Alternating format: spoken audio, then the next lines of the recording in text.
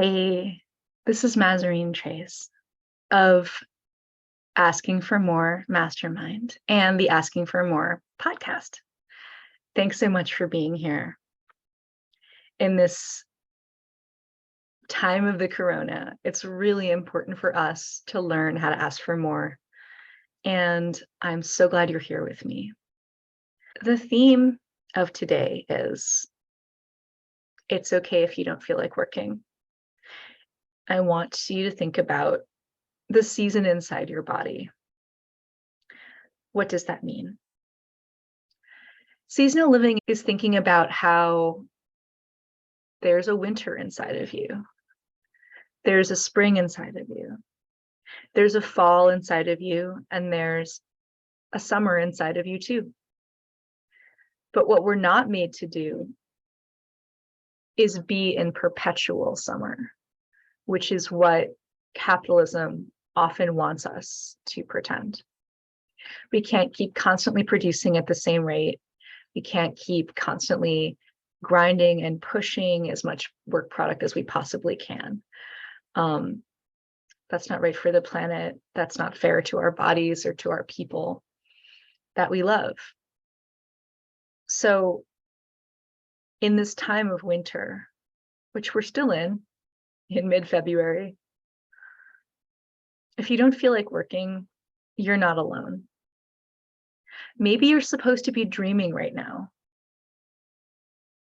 Maybe this is how you can respect seasonal living in yourself, by pushing back against work expectations that say, go back to the office or do more and more and more. How can you do less?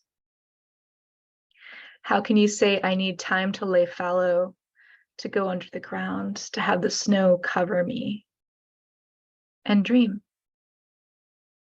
How can you respect your dreaming time? In the beginning of the pandemic, we had more time. It seemed like, as people were still getting their bearings. But as we've gone on, it feels like capitalism wants us to keep grinding harder and not acknowledging that our bodies still need rest, care, and distance. You are more than just check marks on a to-do list. You don't have to have it all figured out right now. You get to rest and feel and breathe and dream. And that is what I wish for you. So consider this. Slow down your slowdown. I got this from the Emergent Strategy podcast, which is totally worth a listen. But what does that mean for us? Often when we're introduced to people or we're checking in with people, we are very quick to get on to business or the purpose of the meeting. That's what capitalism wants us to do, be as efficient as possible. But what if instead we could pause, take stock, and say, who is here with you today? Who are your ancestors? Who's showing up with you as a guardian or a monster that's with you today? Let's take a pause together. Let's breathe together. Let's make sure that we've fully arrived before we start doing all the other things we think we should be doing. If we could slow down our slowdown, this could be how we deprogram from a larger culture that wants us to keep consuming, rushing, and not taking time to stop and feel. And sometimes we're rushing because we don't want to feel grief. My friend Natalia has been talking about grief with me lately and how Americans turn away from it. She is turning towards it as this Ukraine war drags on.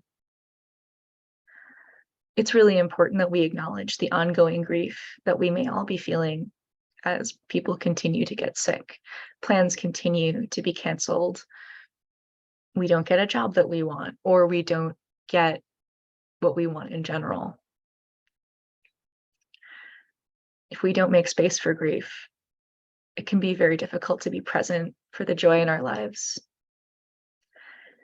I feel like I turned towards grief for the first time last year. I cried uncontrollably as I started realizing how I couldn't force willingness. I couldn't have the relationships I wanted with people in my family. And that was really hard. because we have two kinds of pain. We have the pain of being ignorant of the truth, and then we have the truth itself, the knowledge that also brings us pain. And once we have that knowledge, we have more power. And I'd rather have the knowledge and the pain of the truth than the pain of ignorance.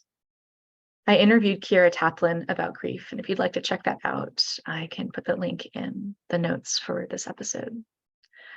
She has a whole nonprofit called the Healing Footprints Foundation about grief after she lost her child in a miscarriage.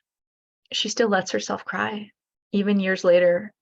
And I love the permission that she brings in that episode to really feel as much as you need to feel. Here's something I didn't realize about feelings. My therapist told me that on average, a feeling lasts 20 to 30 seconds, and then we're on to the next feeling. So if you're afraid that you won't be able to function, if you feel sadness or anger or any other thing that you're afraid of feeling and try to tamp down, it won't last that long. And you can hold space for it and then move on to the next thing. The trouble starts when we tamp it down, because as we deaden that feeling, we deaden all other ones. So this made me understand that I could show up for my own feelings as well as hold a container for other people's feelings and just let them be. It doesn't take that long to let them move through and just accept and hold space. As Bell Hooks says, feeling is the secret. And as her daughter said, if you don't feel your feelings are going to come out through your throat and punch you through the teeth. So a lot of the things that are wrong with the world are based around people not being willing to feel their feelings. Feelings aren't the problem. How we deal with the feelings is the problem. A few nights ago, I sat with my friend and I let her cry. We pointed out our feelings on the feelings wheel. I've been making fridge magnets out of these and giving them to people, and people love them. So I encourage you to look up the feelings wheel and put your own version of it up where you can see it. On the other side of grief is joy. What do you need to grieve today? Whether you're feeling joy or grief or something else, I'm here, dreaming in the dark too. And finally, when we acknowledge our feelings, we can truly grow and have more truth and of what we want in this life. So if you'd like to explore that, I'd love to invite you to my Asking for More Mastermind. If you go to mazarinetrace.com, go to Asking for More and you can find it. Thank you so much for listening.